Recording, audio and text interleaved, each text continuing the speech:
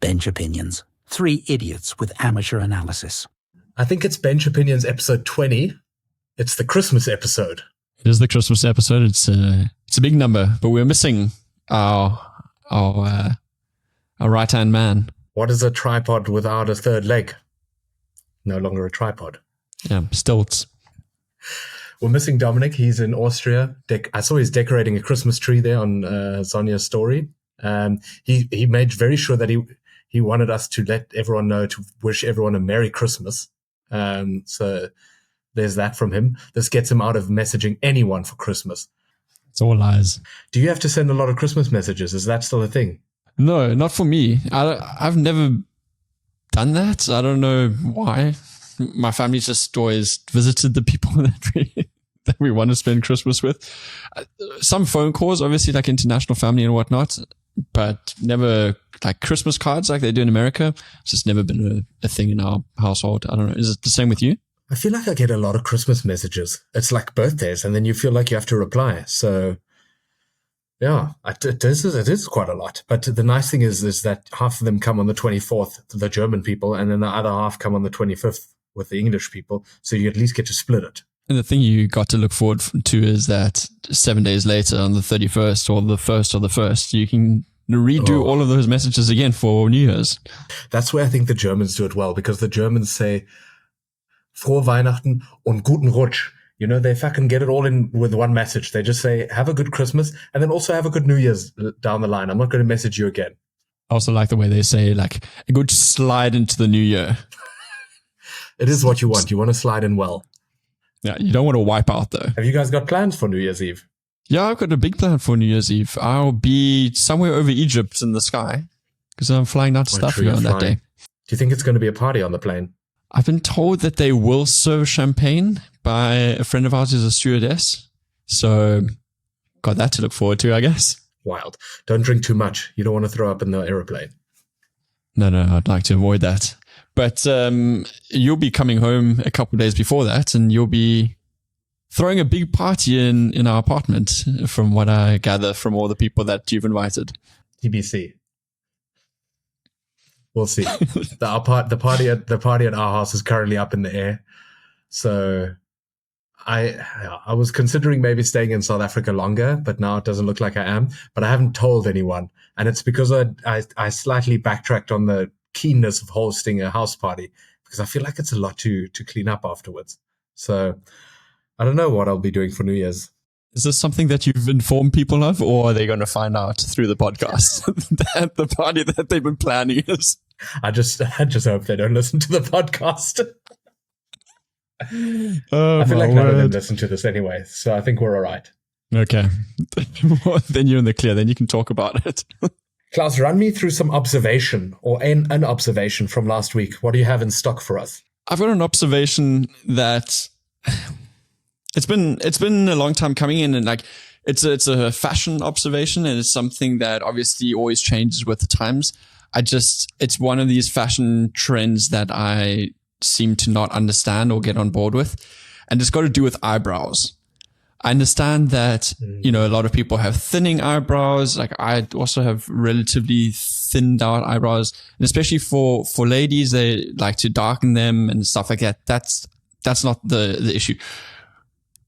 What I'm struggling to understand is this new style of shaping them into like hexagonals or putting gel in it and like spiking them up vertically. I can't see the appeal. I can't see why people think it's so attractive. And it just reminds me of, I can't remember the name, but what, you know, like the Hunger Games or those rich society, like the two trees and whatnot. That's what it reminds me of. It's like wacky hairstyles on their face. Where did you see this, that you observed this? Was it someone you went on a date with? No.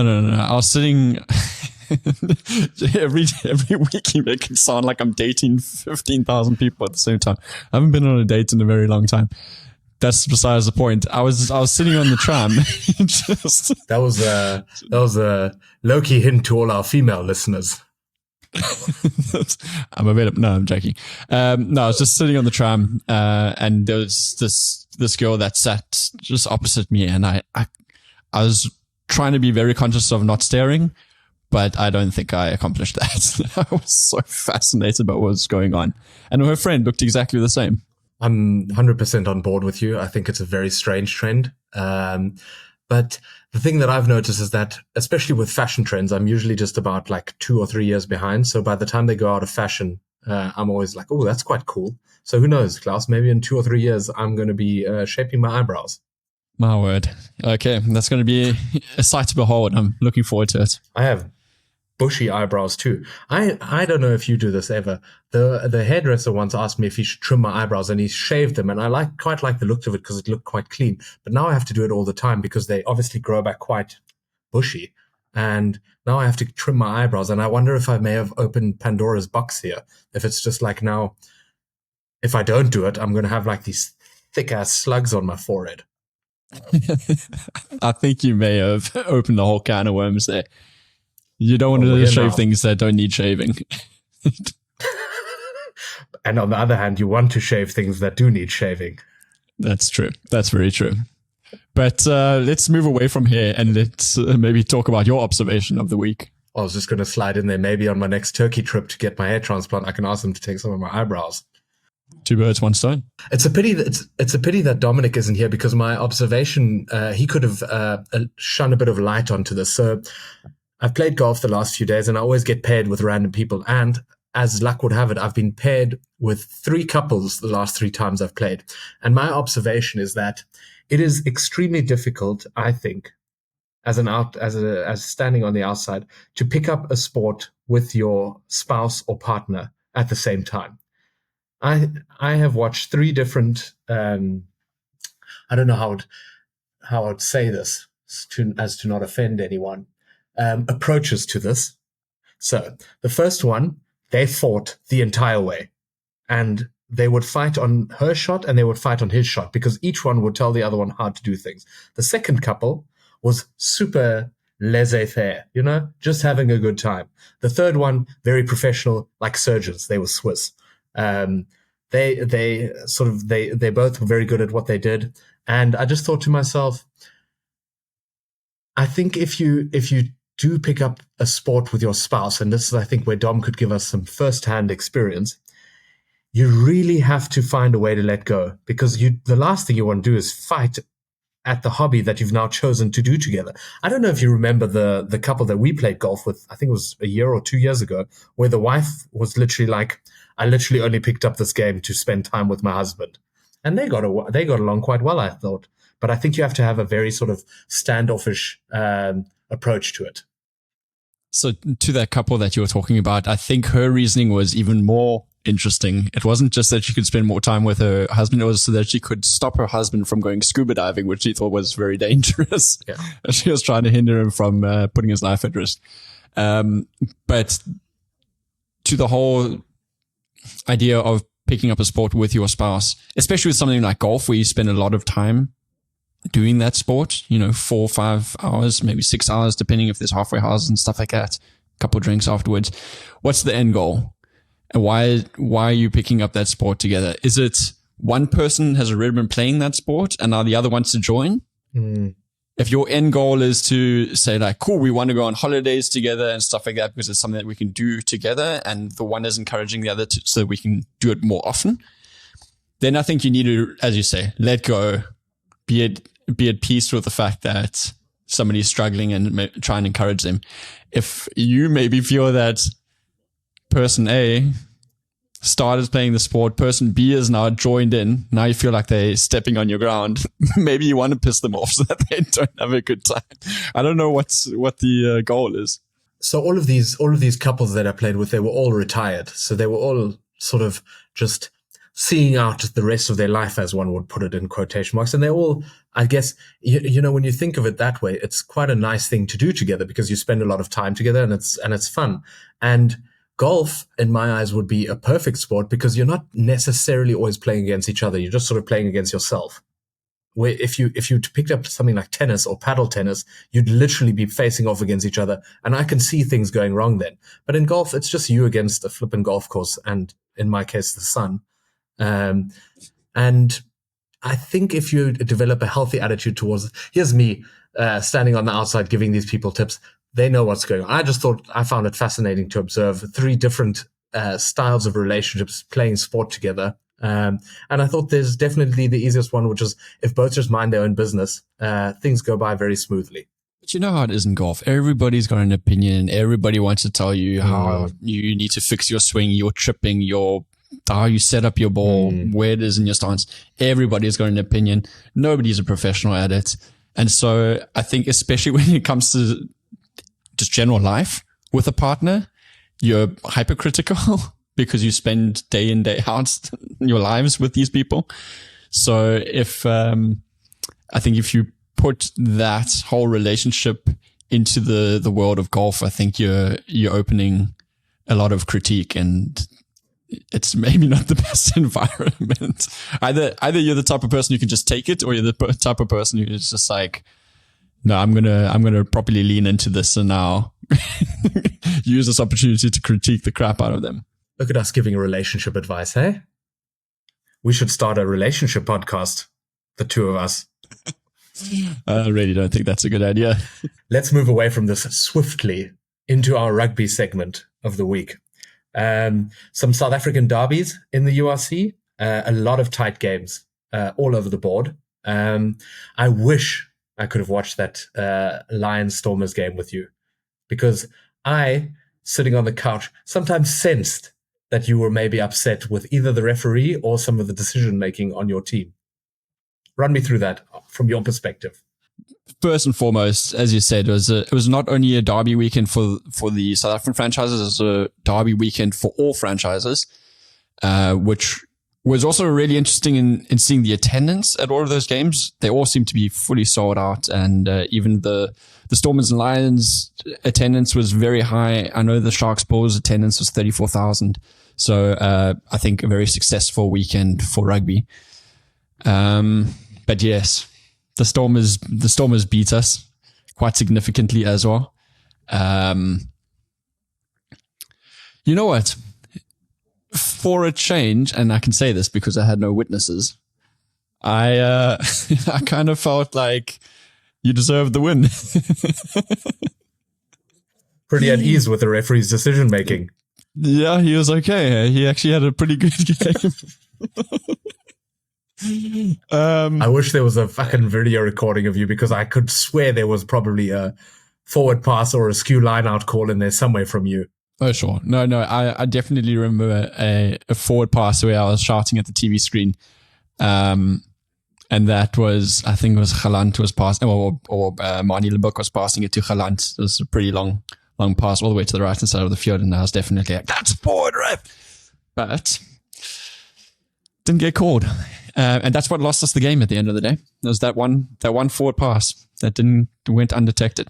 No, what lost us the game was we made so many mistakes. We actually play the mistakes that the Stormers usually make in terms of dropping the ball, forward passes, that kind of stuff, is what really plagued us this week. And then obviously it doesn't help that we have our big lock, Rubens Skuman, who went into that tackle and took out Marnie's head just about. I think it was around the 20th minute or something like that, somewhere around that, the first to second quarter. So, playing with 14 men in a very full Cape Town DHL stadium, and you had some of your star players back again, which definitely helped. You saw how the group really pulled together again, and things were running a lot smoother. There was just no ways of turning that one around. So the Stormers outplayed us. Even with 15 men, I think it would have been a struggle to compete against you guys. Are you at all concerned with the stumble that the Lions have took after a strong start to the URC? I was just checking the fixtures. I think, so you beat Zebra away, and then you lost to Leinster away, which was to expected. You lost to Munster, and then you lost to us. So it's, after a strong start, you have taken a little bit of a stumble. Are you worried at all? Not really, because I don't think the Lions are a team that can be competing for the title anyway. My big hope for the Lions is that we make the playoffs, which is top 8.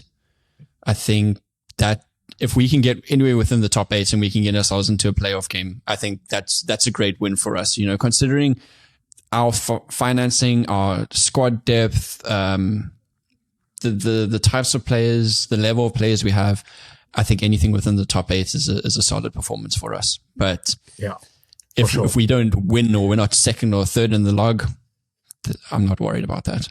So we're going into in the URC, we're going into a sort of a South African derby phase now. I'm going to run you through some of the Lions fixtures coming up. You're playing the Bulls at home.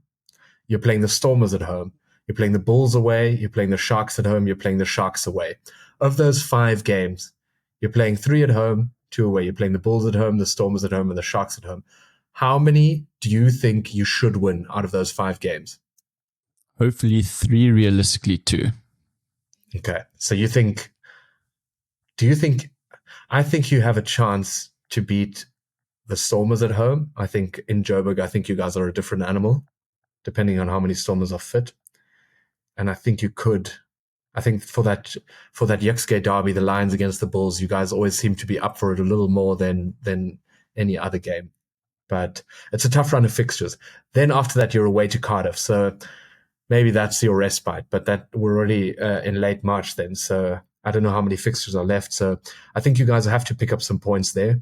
On the reverse side, as you said, the Stormers are bringing back some players. And I'm going to carefully say things are looking up.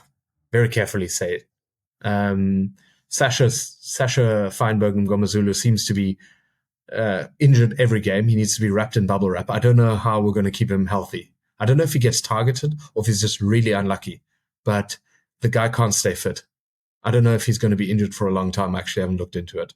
Yeah, Sasha's a big worry, because obviously he's touted as this generational sort of superhuman player that's supposed to be coming up through the ranks, especially for the Springboks, let alone for the Stormers. And he's a very influential player for your team, especially. But yeah, as you say, every time he gets injured, I mean, the last one was a knee injury for which he needed surgery. This time it's a hip.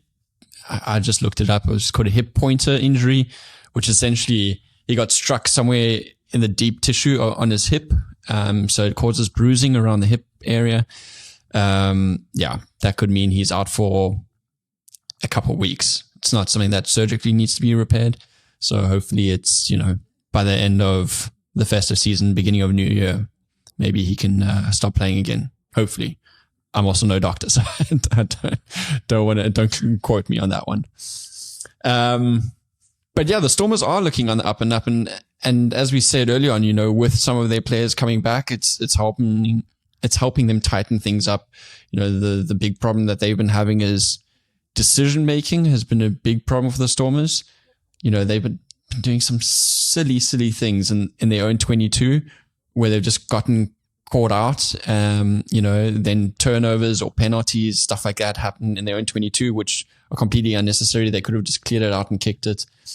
So I think just getting a bit of experience and cool heads back into the squad is already shown to be helping them under duress. For sure. And if they're going to be able to compete against the likes of a Leinster, for example, or Glasgow Warriors, I don't know if they're there yet. I wouldn't say so, but I think who are they playing next? The Sharks. I think they're playing against the Sharks next.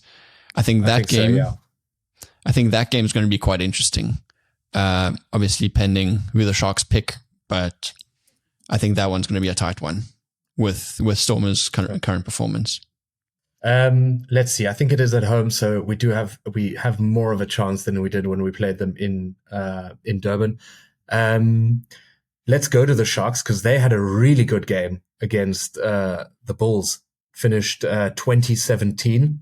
The Sharks Bulls games seem to be good derbies all the way back to when was it Brian Abana who scored the final try for the Bulls to beat the Sharks in the final of the Currie Cup.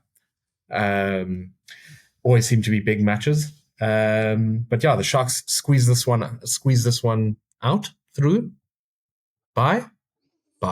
squeeze by. It was by 3 points. 2017. Yeah. Did you watch the game? I did watch the game, yeah. Interesting game. Definitely very entertaining game. The Sharks had a couple of changes in their squad due to illness and due to a late injury to Siya Kolisi. So they were missing some of their big players like Kolisi, Munambi, Etzebeth. They all weren't part of the starting 23 or the starting 15 in the match day 23. But yeah, still managed to get the win, which is great to see because they are a team where we've often spoken about how good are they really if they don't have their big guys with them. I mean, they still had some of their big guys like Ox and Fussy and stuff like that, but they looked to be in control for most of that game. Even though it was a tight one, they looked to be in control. And they also, what struck me quite often is their body language. They never looked like they were really too phased. They always looked like, no, we can pull this one back or we can control it again. Whereas if you watch the Bulls, they had their hands on their knees, they had their heads hanging low. Like they looked like they were really struggling to click as a team. So do you think that might have been the humidity though? You know, that KZN humidity when you're coming from the dry, Highveld, that can, I think, play a part. I don't know how hard it was, but maybe that's a reason. Well, the players were saying that they were struggling with sweat on the ball, so I assume it was hot. Yeah, you can definitely have an impact, but I don't know. These guys, they travel so much into different conditions all the time. I feel like they are pretty used to it, that it wouldn't have that big an influence. I think the game could have gone the same way if they were playing in a different stadium, you know, if they were playing in Cape Town, for example, and have different conditions. Yeah. No, but definitely a very, very, very interesting game, especially due to it being so close. Did you see the controversial penalty try? Do you want to run us through what happened there? I did not see the controversial penalty try. So you've got to run us through what happened there. Okay, so essentially what happened was there was a bit of a trip and chase, and Ethan Hooker, a scuffle. Ethan Hooker, who is not a hooker, he is actually an outside center, very, very fast outside center, very young. I did see this. You did see this, yeah. Yeah. So maybe just for our 5 listeners so that they also know what happened. Wait, I think we need to stop underselling ourselves here. We've got the faithful. I think the faithful, we're going to call them the faithful 60, because that's about where we end up. And we're going to have T-shirts made for them. For all of our listeners out there, we just keep it general. There we go. Yeah, chip and chase from Ethan Hooker. He was chasing the ball down. The ball got dislodged by Ethan Hooker out of de Klerk's hands, Sebastian de Klerk, not Faf de Klerk. And both of them went down to ground, but the ball was still bobbing around in the end zone. And Sebastian de Klerk, I forgot, what is it called? Is it the dead ball? The try area. No, it's not called the try area. I can't remember what. Anyway, why not? The end zone, and I'm going to continue with the end zone. I've now committed to that. So the ball was bobbling around, and Sebastian de Klerk on the ground, so having even stood up, slapped that ball right out of the field. I mean, his timing was impeccable. It was really quite a sight to behold, but completely illegal. And there were some players from the Sharks running towards the ball. And you can argue, would they have gotten there in time? Could they have dotted it down? Yes, no, X, Y, Z. Went for review. The TMO said, listen, it's foul play. And so. No clear knock on by the Shark. Although, listen, I think that's where the debate came in, because I think if you're a Bulls fan, you would definitely say that the Sharks guy did knock it on. But yeah. Thank God neither of us are Sharks or Bulls fans, so we didn't care. But then the other thing that was also controversial is like, can you really say somebody was going to get to that ball? Because that ball was very close to bouncing out of field. So what were the realistic chances of somebody actually darting it down? I would have gotten there. you're speedy. Either way, it would have been a yellow card. So they just got the double penalty, right? They got the yellow card and they got a try scored against them. And then if you look at the scoreline at the end of it, it makes a big difference. It does. No ifs, no buts, no coconuts, as one says in sports. Let me run you through some of the other results, because like you said, there was big derbies going on. The Italian derby, I think closer than I would have thought. Benetton only beat Zebra by 1 point. Yeah, Zebra beat them. Benetton beat them by 1 point, and it was also a penalty kick in the dying minutes, or I think the 81st minutes of the game. So I think everybody who watched the game was pretty shocked.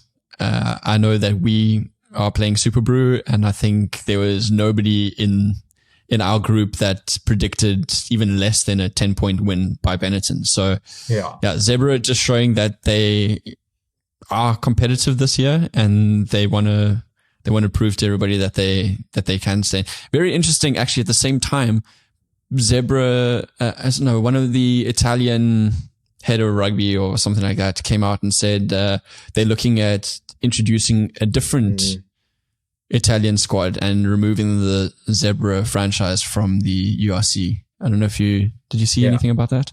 I just saw a little bit that Zebra might be disbanded and that a different Italian franchise would join. I haven't read more than that.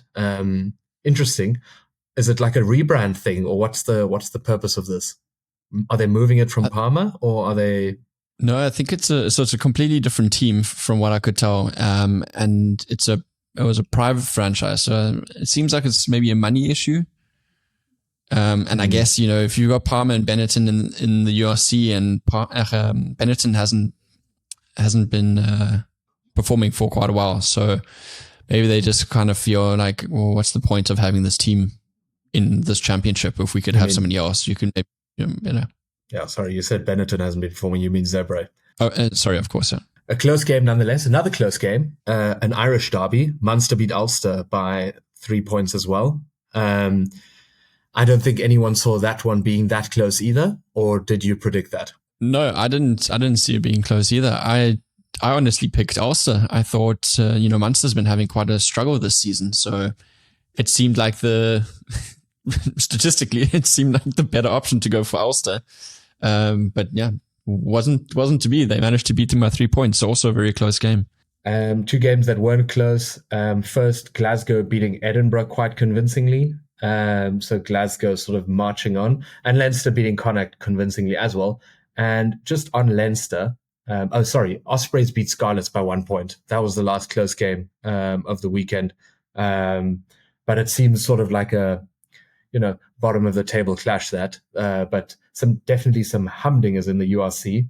I just wanted to pick your brains on Leinster here. So Leinster, it seems like it's just a train that keeps marching on, and it's very difficult to stop them. And I wanted to run you through some of their URC fixtures coming up, and you tell me which one is the likeliest that they might drop points in. So their next game, they're playing away to Munster. Do you think that Munster can trouble them in that game? No. Okay. They play at home against the Stormers in Ireland. No, they'll win it. They play away against Ospreys and they play at home against Cardiff, which I think there should be relatively easy for them. These are the ones that could get interesting. They play away to the Bulls and they play away to the Sharks. Back to back? Back to back. Ooh, that's tough, eh? I think that could be the one. That could be the one. That would be the one. I think one of those two teams, either the Bulls are going to come out firing and use the high felt heat and dryness to just tire them out, because I mean they've just been in Ireland for months now. They're not going to be conditioned to that heat. And if the Bulls don't do it, then hopefully the Bulls soften them up and the Sharks have a go at them. The thing that's interesting at this point of the tournament is it all sort of runs parallel with the Investec Championships Cup. So it also depends on who's managing teams for what cycle and how that all interlinks. So it's difficult to say, but I think that is a good opportunity to break their run. If I'm not wrong, they might be coming out of the Six Nations then. So it always depends also on what players are fit which players are in form on both sides. It could be on Bulls and the Sharks sides as well, but those could be matches that you could earmark, because after that they play Ulster at home, they play Scarlets away, they play Zebra at home, and they play Glasgow at home. The Glasgow game could be quite a good one, but they do play that at home. So, I mean, they're really on a barnstormer here, and you'll do well. Anyone will do well to stop them from winning this thing outright again. Yeah, I don't see them going into the playoffs having having a 100% win record. I think one of those South African teams will usurp them, and then I also think, man, Glasgow is so good. I watched the game last night, the Glasgow Edinburgh game, and Glasgow is just a different beast. You know, with the likes of Tupolotto and Hughes in the midfield.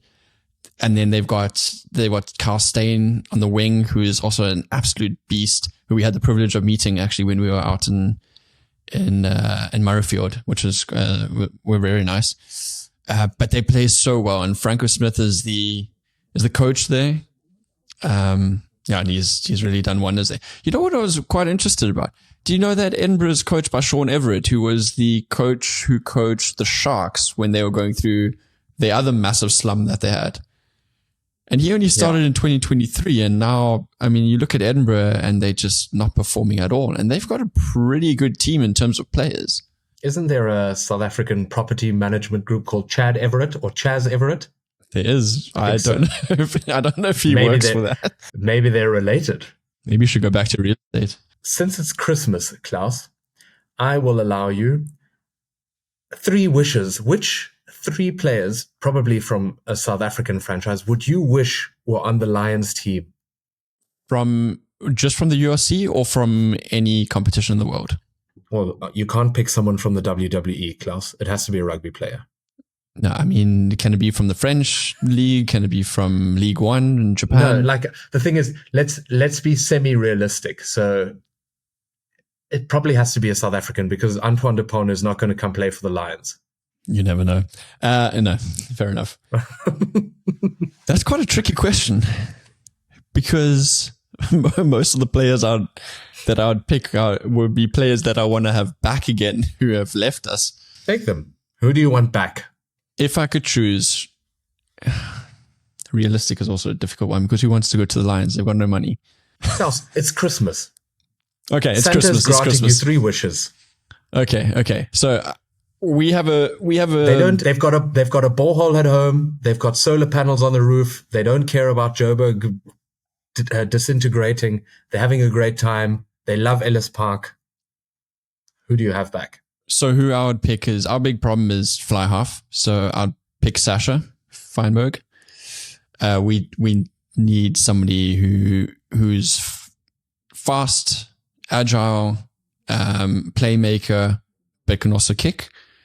So I'd definitely pick him for fly half. The rest of the team,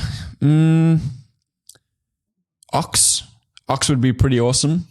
If you can have Ox on the left on loose head, and then Klabakanya as your tight head, I think that would be pretty formidable. That's some size. That's some. Yeah, they're packing some weight. And another front rower that I would like to bring back to the Lions would be Malcolm Marx.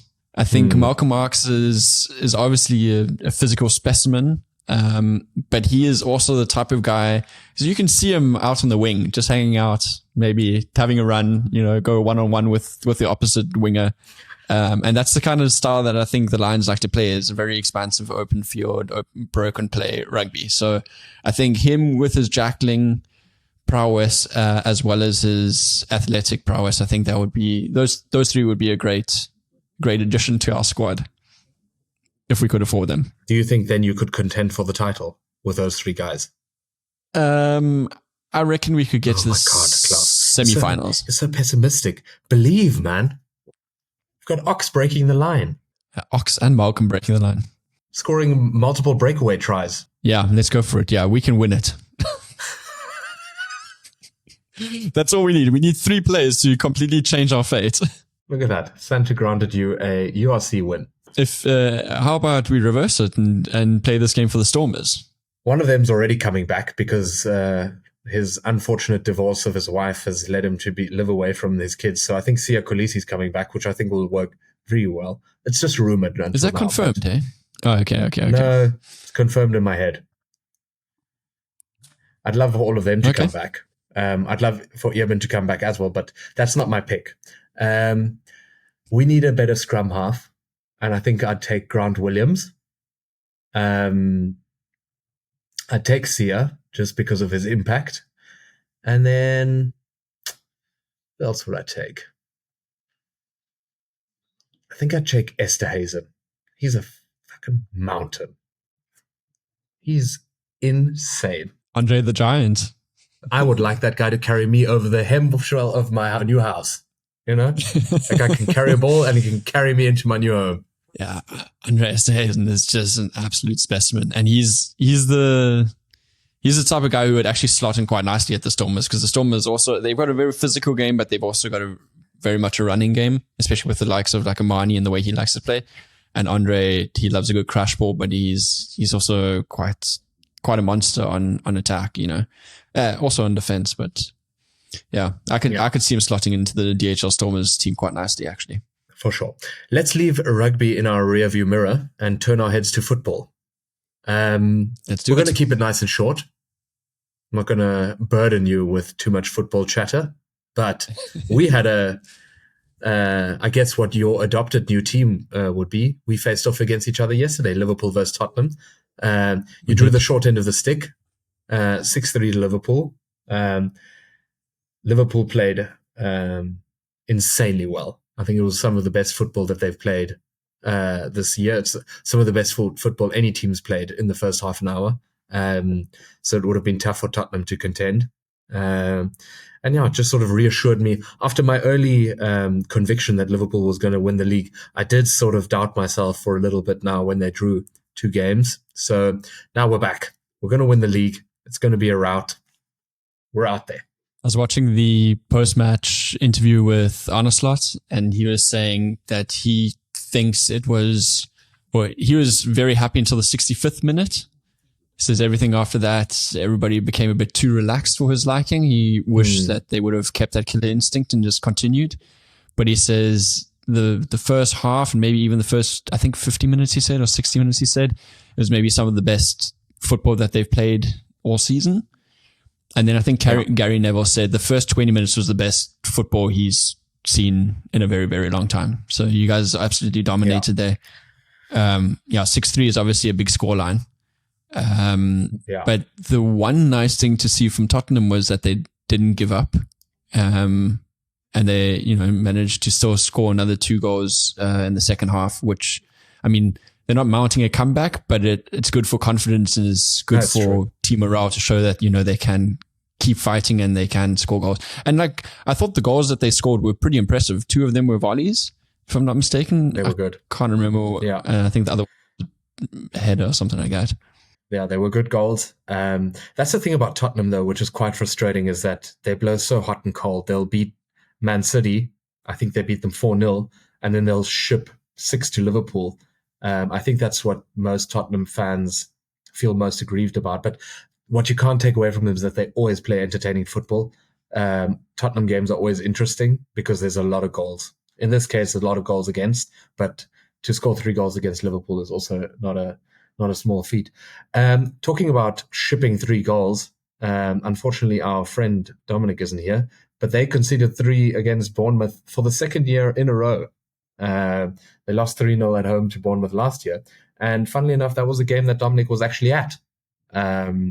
So I'm sure he had very soft and warm feelings about that, reminiscing about sitting in the cold, watching his team lose 3-0 to Bournemouth. Actually just had beers with a United fan. And he said it is disappointing because I think when you get a new manager, there's always that new manager bounce that you sort of rely on just to get a few results and people are upbeat. Dominic is telling us about how they're going to win the league in 2 or 3 years. And that hasn't happened this year. It's sort of been the same as before, but I think they probably need to clear out some of the players. I'm not going to say it's only going to be the players that Dan Athwash signed, but we've had that debate. We have had that. But not only did they lose that game, but they lost the game to Tottenham in the Carabao. Yeah, in the Carabao Cup as well. Yeah. So they're knocked out of that. Listen, I think their season is sort of just... I don't even know what a United fan would aim for now. I don't even know if they want to get into Europe, because I think if you qualify for Europe, for them realistically, they're going to qualify either for the Conference League or, if they're lucky, for the Europa League.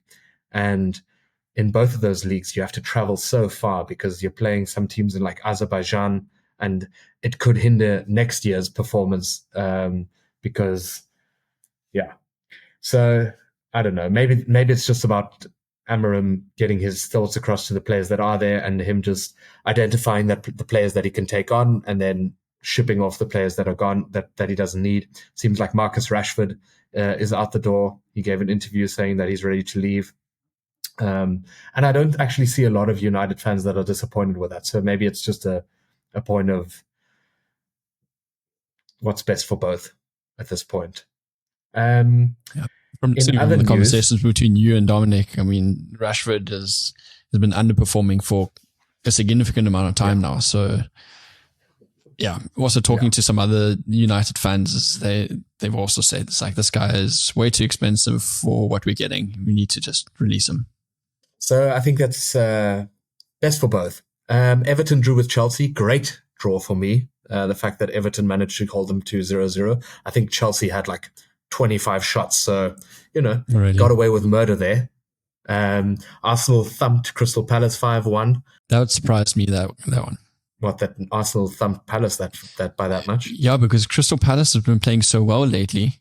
From results that I've been looking at, I haven't been watching their games, but from the results, they looked like they've been doing pretty decently. So, but you always said Arsenal is... But they were my play of the week last week, Klaus, Crystal Palace, because they've been doing so well. I know. So that's where you got your information from. I know.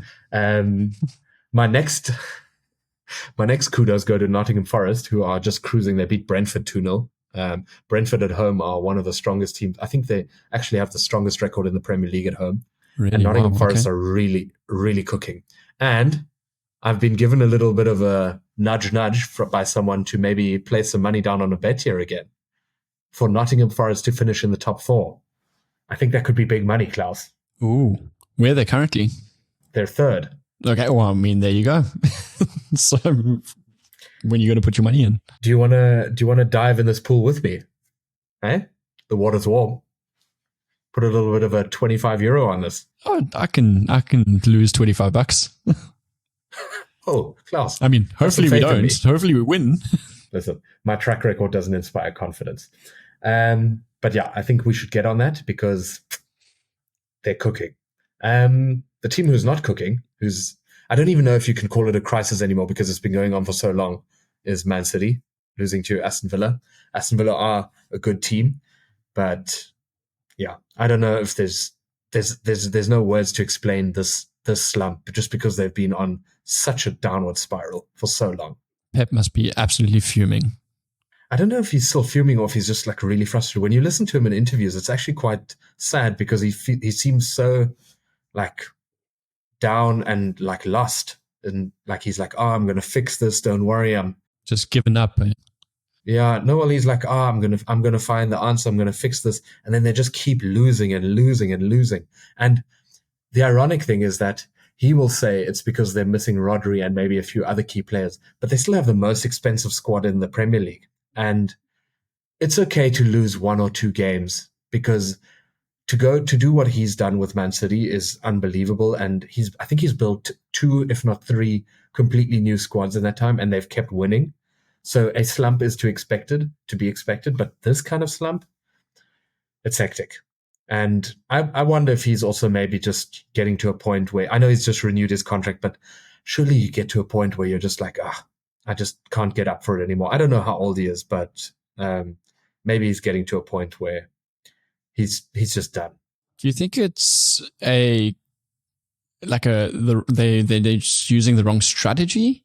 Because, if they've got the most expensive squad, I mean, they've got oaks like Haaland in there. Is it just the wrong strategy, or do they have the wrong setup of players?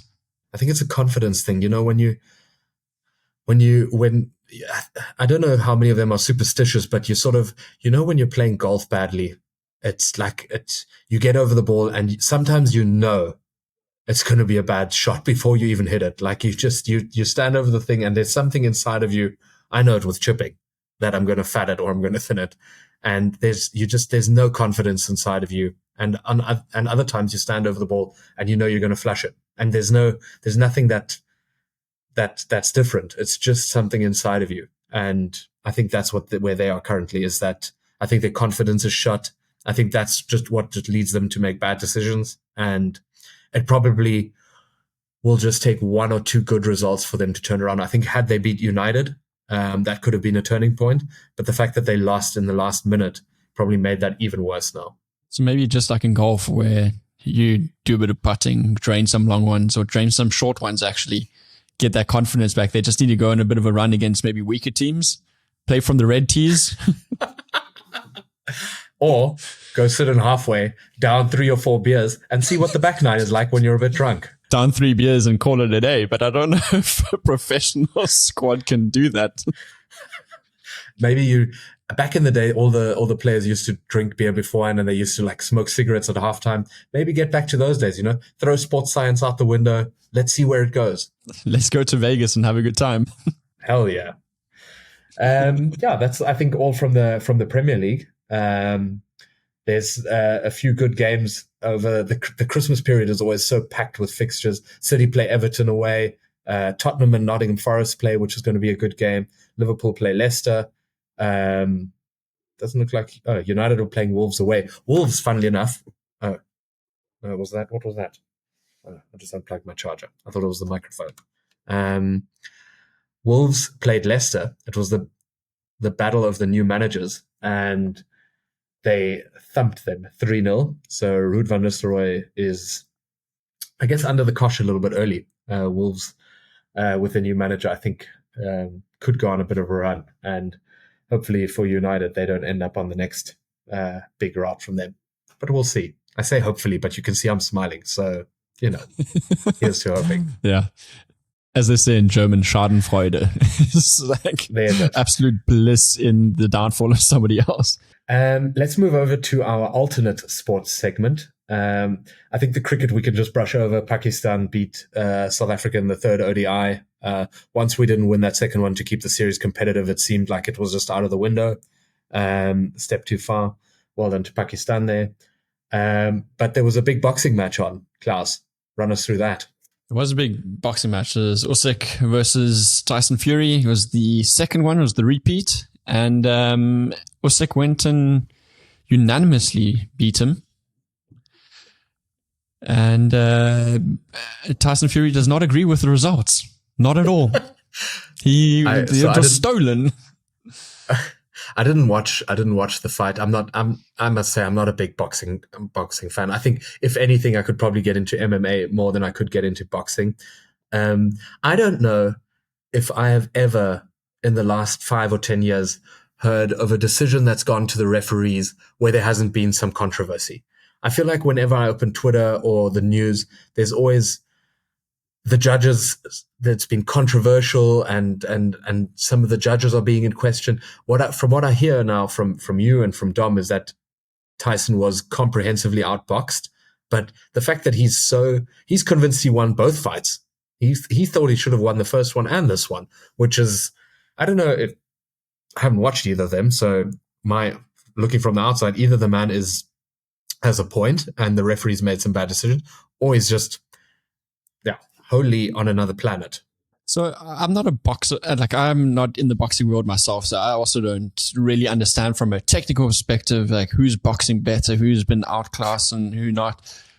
But what I can say, and I might be completely talking out of my ass here, but if I remember correctly, in the last, so not this one, but the previous fight, Usyk hit Tyson Fury so hard that Tyson fell over. And the ref went in between and said, whoa, give him some time. And then Tyson managed to get up and he kept on falling again. And so he actually managed to regenerate himself. which there's that crazy scene of, I mean, this was a different fight altogether, but there's that crazy scene where he's lying flat on his back and then he just like pops up and reawakens. Klaus, then he managed to get himself mixing different fights together here. That's wild. Okay. But just the first fight between Usyk and Tyson Fury, like Tyson got absolutely smashed. The ref controversially intervened. And that's what gave him the opportunity to fight back. So to me, that one is controversial, not because Tyson lost. That one is controversial because Tyson didn't get knocked out. This one, it was a bit closer in terms of like overall performance, but also still dominated in most aspects of it. And okay. I think what really shows is that Tyson Fury has got a much larger fan base. And so I think there's a lot more chatter about, oh no, he's the greatest. And, you know, this is controversial because he should have won it, because he's got a lot of diehard fans that are pretty biased. But from my little knowledge of watching that, it seemed pretty clear to me that Usyk should win it. And all the judges decided that Usyk should win it. Yeah. Even an AI judge. I was just going to get onto that exactly. Even the AI judge, which Tyson said, no, we should never get that involved. Get rid of electric cars as well, he said in his rant. He did say that, yeah. About the AI judge. So he's on a whole nother planet. I don't know what Elon Musk thinks about his rant, but yeah. I wonder if this is. So I know that boxing, from like the news that I read, is facing a little bit of an identity crisis, just because, you know, the boxing matches of old seem to be a little bit gone, in the sense that those big title fights aren't what they used to be. I don't know what the numbers are behind boxing anymore, like in terms of how many crowds and viewers they gain. But it seems like it's always up in the air a bit in terms of, one, I think there's a lot of different belts that you can fight for. So there's not a unanimous champion. There's different boxing categories that you can be a champion of. And the next thing is, I think the rise of these YouTube or influencer boxers really has cut into like the authenticity and, like, I don't know, respect that boxing gets, just because obviously people box in their private time and people will go to boxing classes, and most people will that do it will rate themselves quite a good fighter, and that might diminish sort of the greatness of what these people do and like how big of a spectacle it is. Yeah, I think as you said, the one thing with the belts is I can't figure it out. There's the IOC, the WBC, I mean, there's like 15 different belts going around at the same time. Everybody is a champion of the world, but just sponsored by a different sponsor. It doesn't make any sense. And I think that brings so much confusion into it that somebody like me, who's like a layman to the boxing scene, I don't care.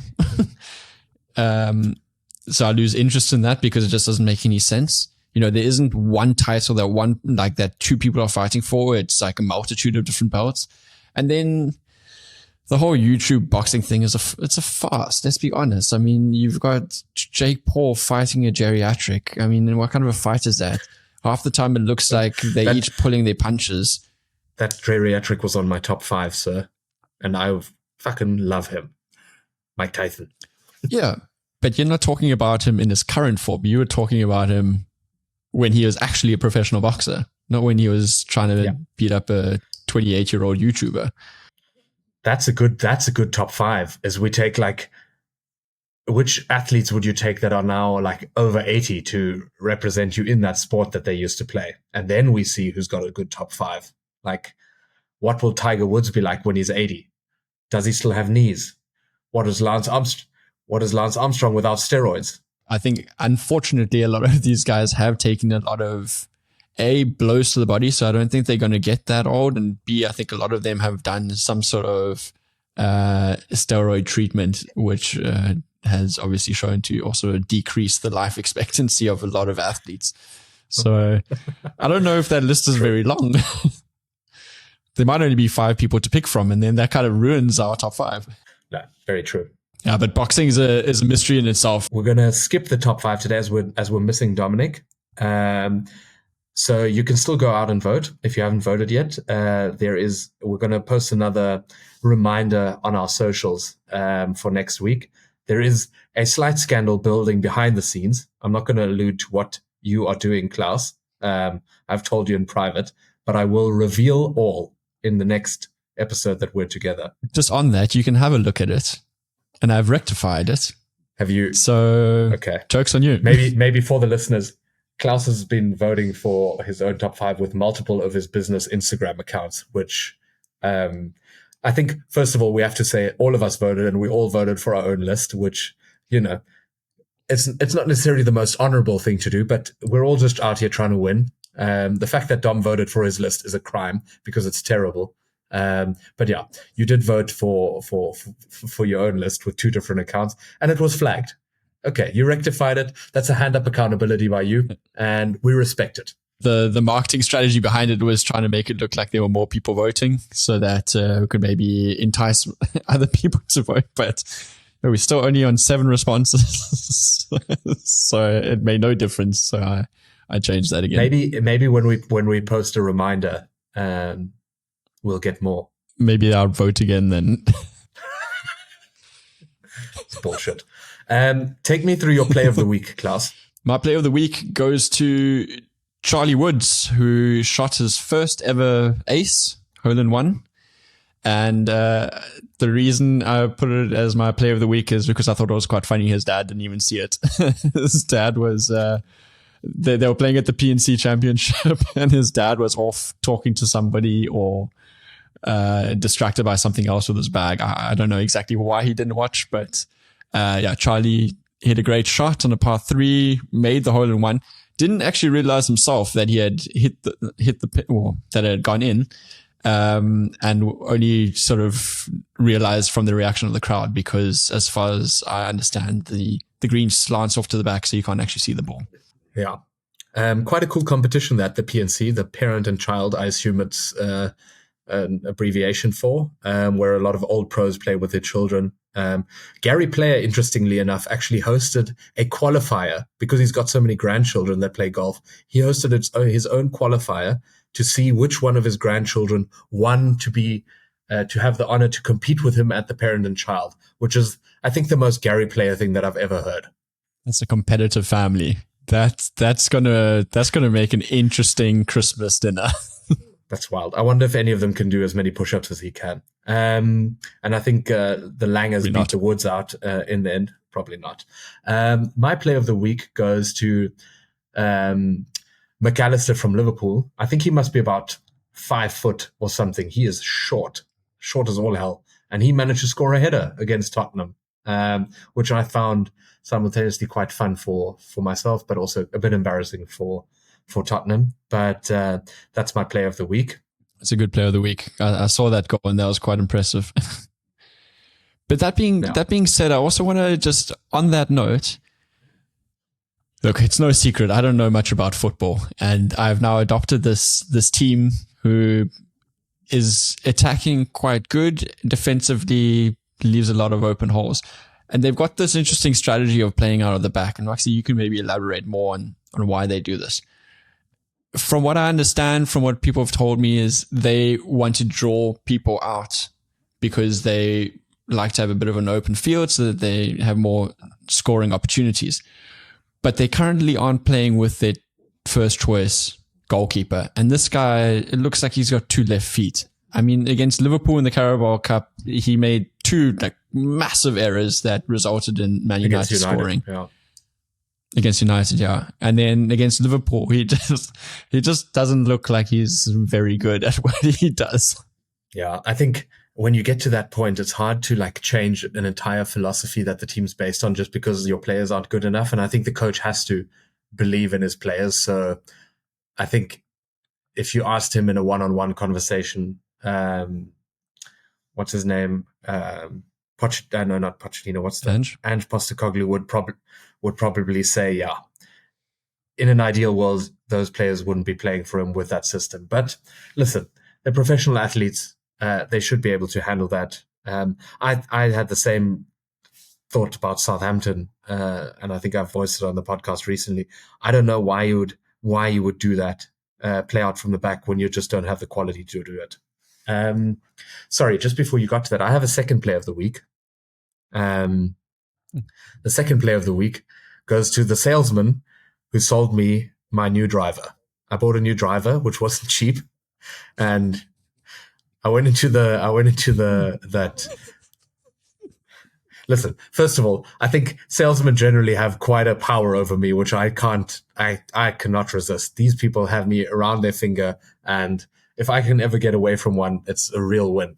But he took me into this Testing zone. When you hit it, when you hit it into simulator. the screen, the simulator. And we were going through a few different drivers, and for some reason, obviously the most expensive driver just felt the best for me. I was just hitting it the nicest. It always does. But I think they juice those stats, man, because I was hitting it. I think the dispersion of it was maybe when I hit it poorly, like 30 meters right, 30 meters left. I have hit this thing on the course now the last 2 days. I hit that thing so far left and so far right. I don't think I've hit the thing straight once. It's a fucking disaster.